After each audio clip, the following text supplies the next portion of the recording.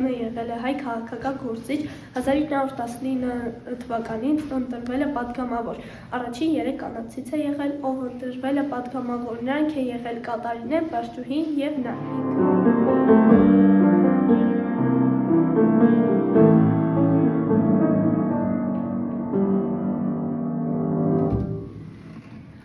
Կատերինե Զալյանը եղել է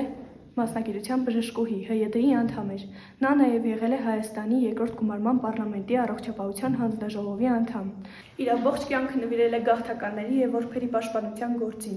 1927 թվականին բոլշևիկները չեն կարողանում գտնել լավ մաշկաբան մասնագետ, որի պատճառով աշխատանքի են ընդունում Կատարինեին։ Կատարինեն իր մնացած ամբողջ կյանքը նվիրում է բժշկությանը։ Վերջի Պարտիսպանյան խորհրդարանում զբաղվել է որբերի և գաղթականների պաշտպանությամբ և կրթությամբ։ Պաշտպանել է կանանց իրավունքները։ Շուշանիկ Գորգինյանը եղել է հայ բանաստեղծուհի և ակտիվ մասնակցել մշակութային և հասարակական կյանքին։ Նա ոչ միայն գրել է, այլև մասնակցել է կանանց իրավունքի պաշտպանության, սոցիալական արդարության և աշխատավորների խնդիրների բարձրաձայնման մասին։ Շուշանիկ Գորգինյանի ասույթներից է, եթե բռնությունը խոսում է, արդարությունը լռել չի կարող։ Ծապել Եսայանը հայ նշանավոր գրող էր, հասարակական գործիչ։ Ծապել Եսայանը հավատում էր, որ կնոջ ազատությունը սկսվում է կրթությունից։ Նա քննադատում էր սահմանափակումը կնոջ կրթության, խրախուսում էր, որ հայ կանայք դառնան գրող։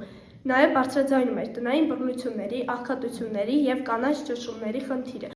Ասում էր, որ կինը պետք է աշխատի, մասնակցի քաղաքական կյանքին, ունենա սեփական կարծիք։